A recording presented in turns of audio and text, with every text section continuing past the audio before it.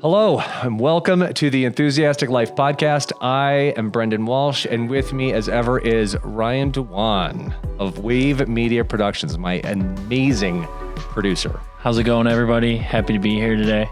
With the killer glasses. Thank you. My wife picked these out. So today we have my good friend, Sandi Svoboda, good and old friend, old in that we've been friends since I was 14 years old and a young junior sailor. Sandi is going to be the incoming Commodore at Bayview Yacht Club and is highly involved with important conservation. I've got good words in my mouth today. Conservation work in the Great Lakes and the river, Detroit River, and is really involved in getting more people involved in the sport of sailing and is more and more involved in the sport of sailing and is just a cool person with a great background in media and the city of Detroit, and she's just a rad person. I loved Sandi. I admittedly know nothing about sailing and probably should know more given how much water we live around. I didn't know how big of a part sailing played in the history of Detroit and Michigan, which sounds dumb saying that out loud now, but Sandi was great and just a really cool soul. And also had some great stories about Brendan. So I didn't know that much about Brendan's sailing background, but all of it, awesome interview. It's a good one. All the stories that we can actually tell in public. There are sailing stories that cannot be told in a podcast of this format. But Sandi was our first guest to ask me questions, which was very fun. Yeah, Sandi was electric. But she's got that radio background and the radio voice, so she was a natural. Yes. So. Well, with that, please enjoy our episode with Sandi Svoboda. Sandi Svoboda, welcome to my podcast. Thanks for having me. This is really exciting. You are the first person who's arrived on the People Mover. Well, I had another errand downtown and I parked cheaply at a meter and it's pouring rain outside the day we're doing this. And so I thought, well, I'm going to ride. I would have walked, but rode the People Mover over. So it was not creepy at all. You sent me a picture of the train I was arriving on from up here in their cool office. Yeah, I could watch it. I could watch it arrive when it was coming to pick you up. And since it only goes one way and one loop around the city, I could watch you arrive as well. Right. You knew exactly how long it was going to take me to walk across the park. But yeah, downtown's hopping even on a rainy day, I got to say. Yeah, it's nice.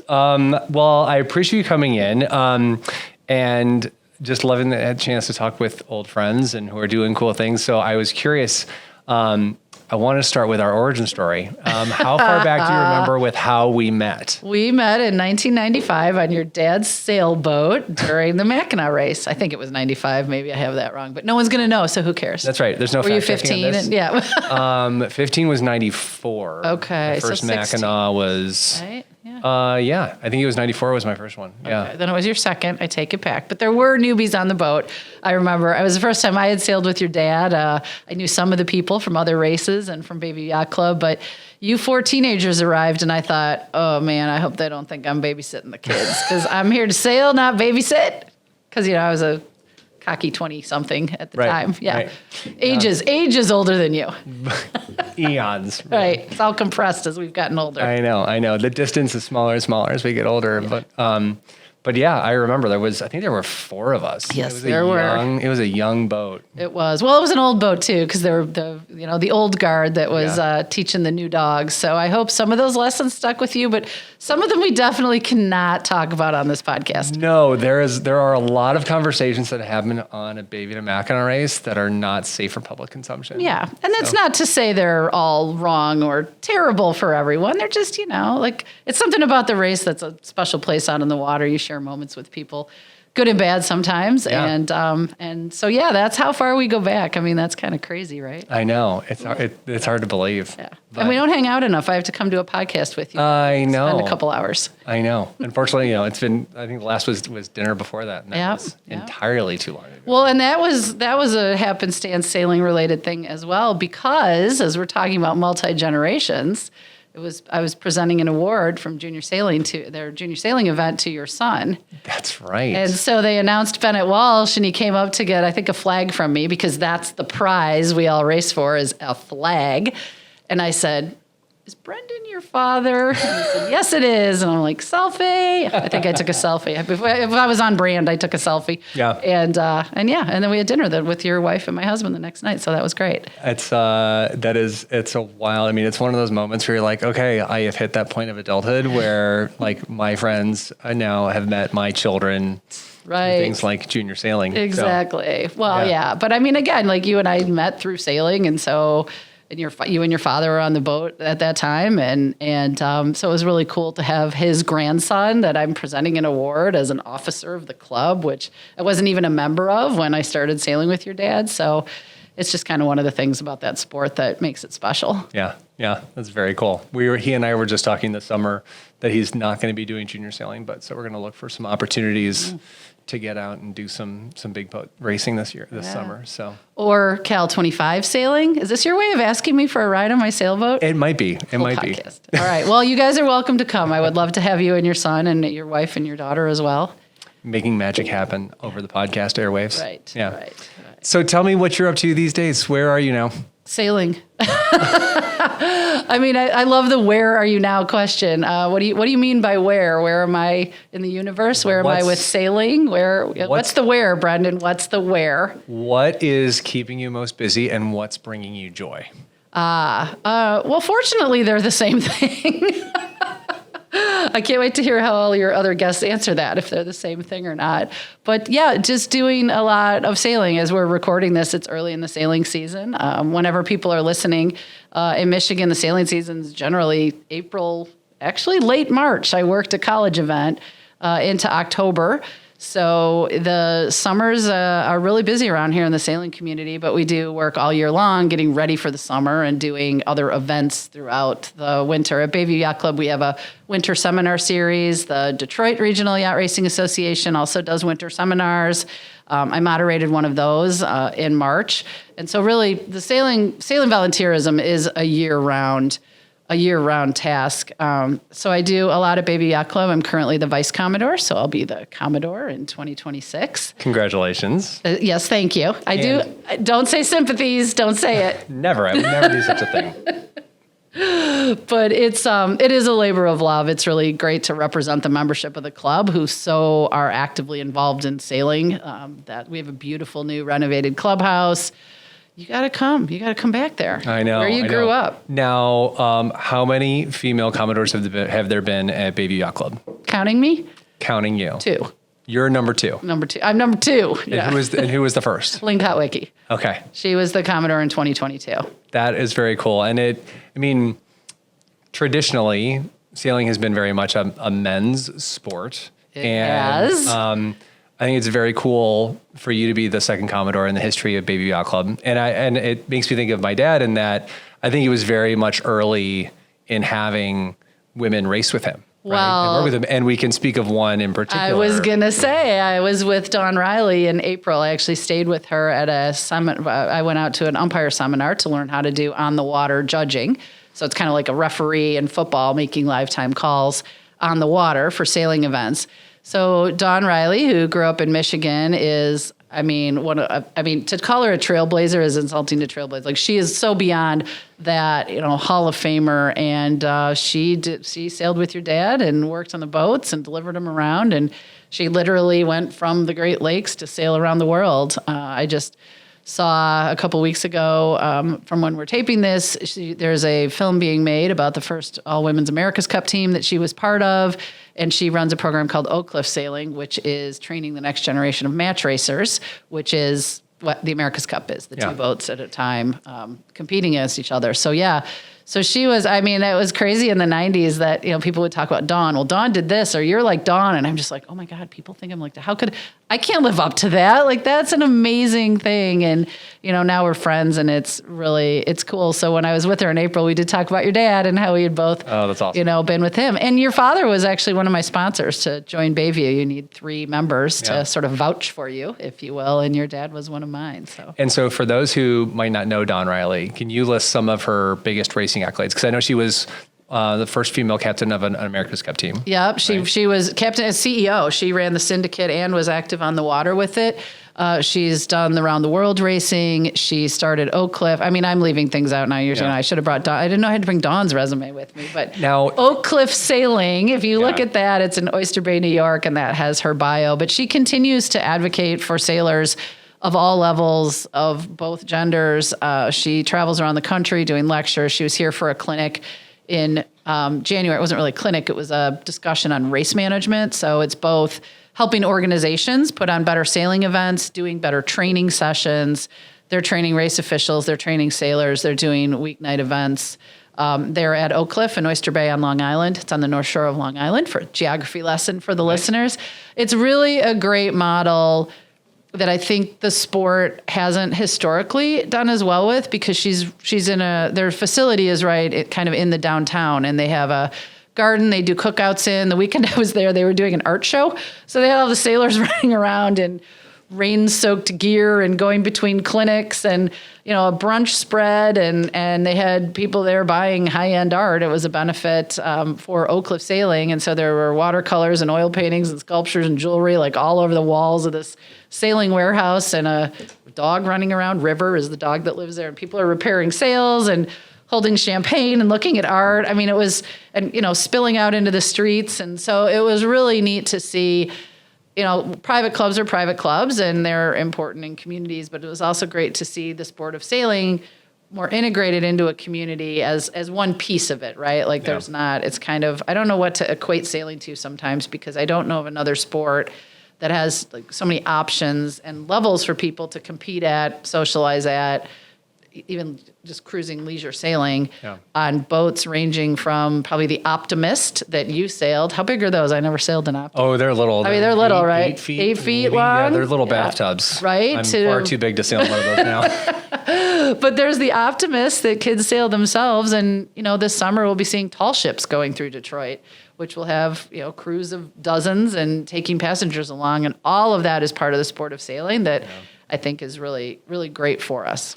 So I know there was the great documentary about Dawn and was the America's Cup Maiden.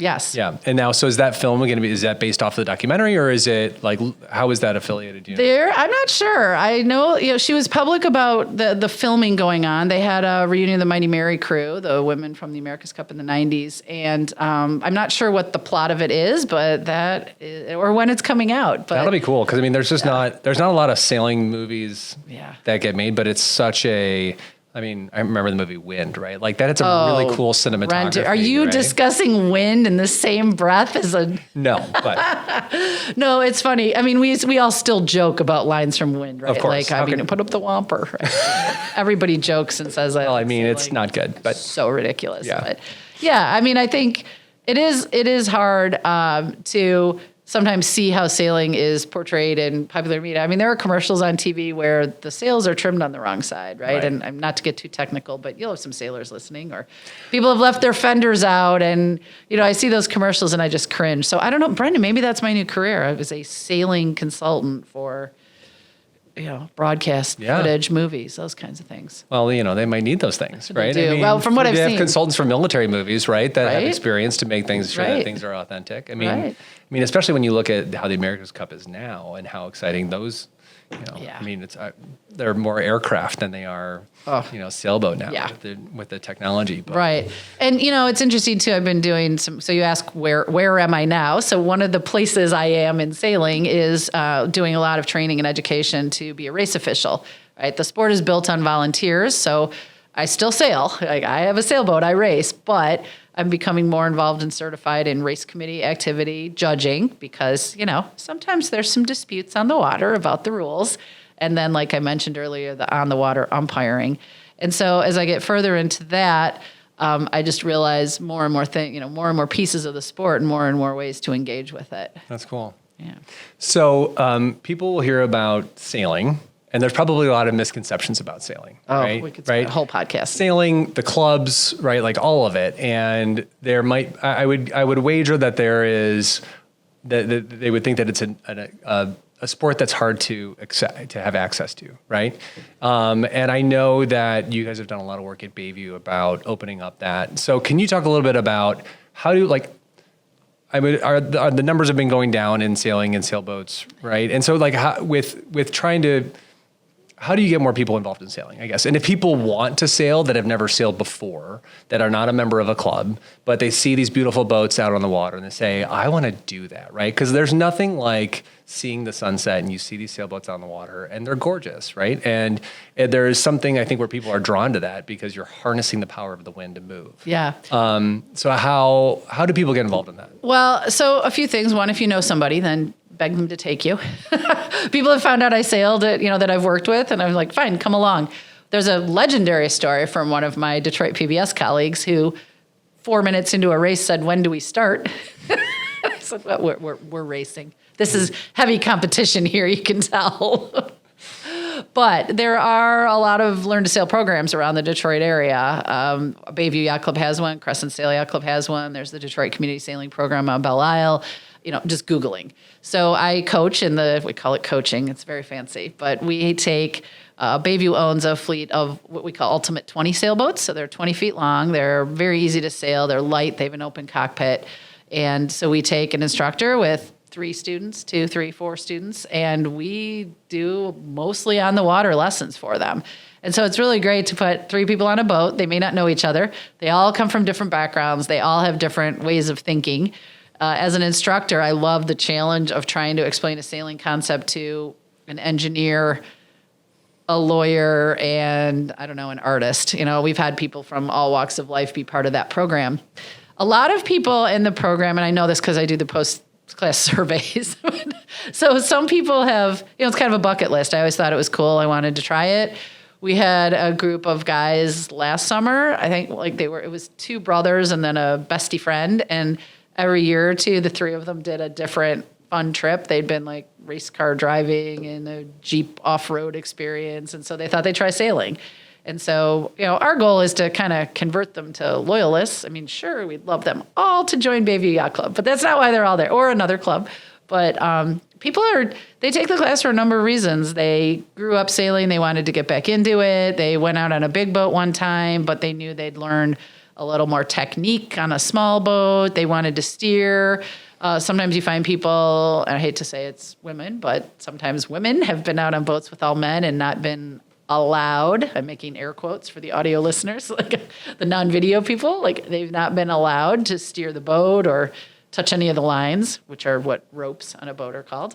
And so they love the class because they have to do everything on the boat. And it's a class where we push the students to okay, you're pulling it. Now the instructors, hopefully, we do take over when there's a little bit of a problem. But there are more and more programs like that around. If you go to the U.S. Sailing website, that you can find more information on sailing schools. There's programs around the country, a lot that do this as sort of a vacation destination. I get, pop-up ads all the time in my feed on, a women's adventure week in the Caribbean, and it's a combination of, social activities, travel, tourism, like more of the adventure travel.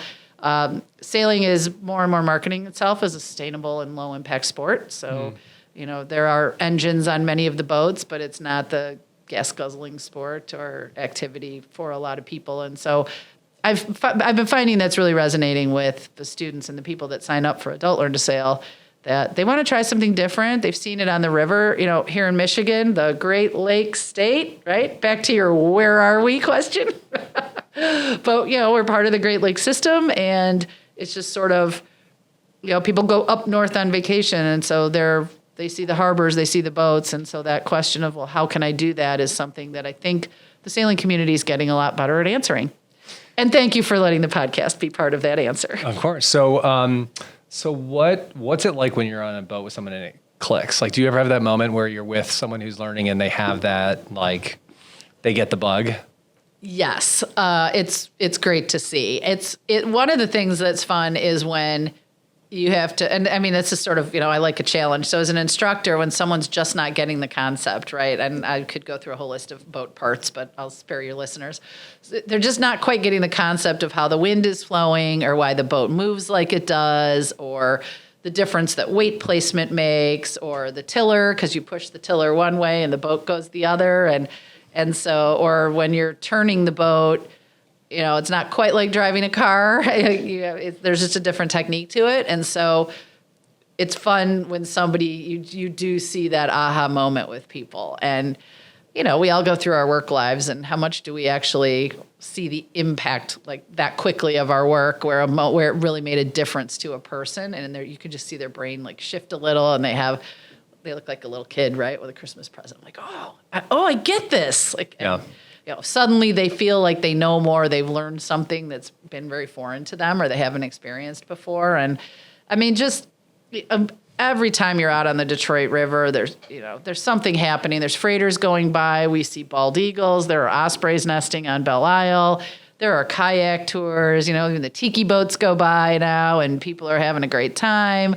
There's traditional sailboats and power boats like cruising through. And, here in Detroit, we're on a Detroit River that connects literally to the world through the water. And so I love telling students that too, because even if they would get that right on a multiple choice test, it's not front of their brain when they're looking at the Detroit River. And so I feel like that's a great point that also kind of connects with their idea of what Detroit and community are. And that might relate back to their workplace too, where they're kind of just looking to make connections, and it makes them understand one more way we are all connected. Yeah.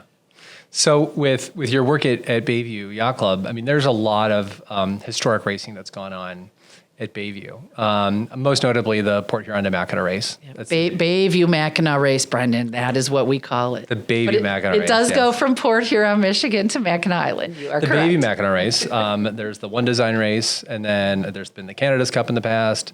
Can you talk a little bit about the history of the Mackinac Race and some of the other racing that goes on? Because it's really, I think it's pretty cool what goes on at a very small club that is, tucked in at a corner of the Detroit River. Yeah, started as 4 guys who wanted to fish down in Motorboat Road near where Waterworks Park is right now. So, all right, you opened the door for me to do a small commercial. So for people who are listening to this before the end of July of 2025, we have an exhibit at the Dawson Great Lakes Museum on Belle Isle about the 100-year history of the race. And so that's another thing I was working on last year, but co-curated that with a guy named Joel Stone, who's recently retired from Detroit Historical Society as a senior curator. He's a sailor himself. He's been involved in many exhibits you may have seen at the museum, Detroit Historical Museum, and the Dawson over the years. And so we combined what the Historical Society had in their archives. They have a compass from a boat that sailed in Lake Erie and the Detroit River, Lake St. Clair, Lake Huron. They have a compass from the yacht Wrinkle that dates early 20th century, if not late 19th century. So that ended up in their collection. And so when we were putting this exhibit together, and Joel saw that was part of Bayview, we included that in the display. So Bayview members had never seen that, didn't know that existed. So the exhibit that's there has foul weather gear, as we say, rain gear that people wore in the race. It has the horseshoe from the Tomahawk, which was a boat that sank during the 1985 race. The crew was rescued by another Bayview team. So we have a box exhibit on the wall there of the horseshoe that washed up in Canada and made it back to the owner of Tomahawk. Wow. And his daughter lent it to us for the exhibit. We have, a multimedia photo show. We have quotes on the wall. We have covers of all of the race programs over the years. Various trophies and other sailing technology. And then we have some interactive exhibits. One is a hiking bench that if you sailed lasers when you were a kid. I did. Right? So it's a way to practice hooking your feet in. I'm going to demonstrate it for the camera. But you hook your feet in a strap and then you lean back on this bench. And so it allows how much you to, core work is needed to level off a sailboat by yourself. Yeah. Yep. And we have what we call the coffee grinder, which is the big winch that people stand up and grind, as they say. Yeah. So that's been a really, really fun project. The Bayview History Committee at the club is working on sort of cleaning up our archives. They've gotten rid of duplicate things or junk that landed in that room, and they're scanning and digitizing and cataloging, and then they're doing rotating displays within the clubhouse every few months. There's a new display from the archives. So it's been great to see the club embracing the history around the 100th running of the race last year. Yeah. And so now we like to say we're starting our next century of the Bayview Mackinac Race. Nice. Yeah. Very cool. Anything else cool going on at the club? There's always something cool going on at the club. I mean, I think one of the things about the Detroit sailing community is there's so much sailing to be done during the season, and it's so accessible. I grew up in Chicago. We lived in the suburbs. At the time, it was 45 minutes to get down to the boat. I'm sure now it's, 2 hours, right? Easily. But in Detroit, people on the east side, even on the west side, you can be down on the water. There are clubs literally all the way up and down the Detroit River, all around Lake St. Clair, up into Port Huron. The getting on the water here is really fairly easy. And different clubs have their weeknight series. Bayview does a hitchhiker program, back to your question about how can people get involved. So that's on the byc.com website as well, where people hitchhike. So you can just show up to the club? Well, you have to sign up. But, but yes, you can sign up and then get placed on boats. So if on my boat, people don't show up, they get busy, I'm short. I said, I can take 2. And then they send me 2 people and we take them out and hopefully don't scare them too much. And that's super cool. They immediately do a race. Yeah. So that's been a really fun program. And now there are several people who started either in our Adult Learn to Sail or our hitchhiker program. 2 of them, Evan and Ann, shout out, they did their first Mackinac last year on a boat called Popeye that they took them on their first Mackinac race. And so they literally went from the Adult Learn to Sail program to the Mackinac race in just a few years. That's awesome. And having done many Mackinacs in my life, that's a special experience when you do your first one. Yeah. I mean, if you get a clear night out on the boat in the middle of Lake Huron. Yeah. Yeah, I mean, Brendan, I'm sensing you're going to get back into this sport. You've been on a little bit of a hiatus, but we're going to get you back out there. I have. There's years of sailing experience that's just sitting by the wayside. So it's yeah. Well, does it come now? Let me ask you a question. Does it come out in your work? Do you find things you learned as a junior sailor or even a young adult that what did sailing teach you that applies in other parts of your world? A lot. That's a great question. And I love it. Thank you.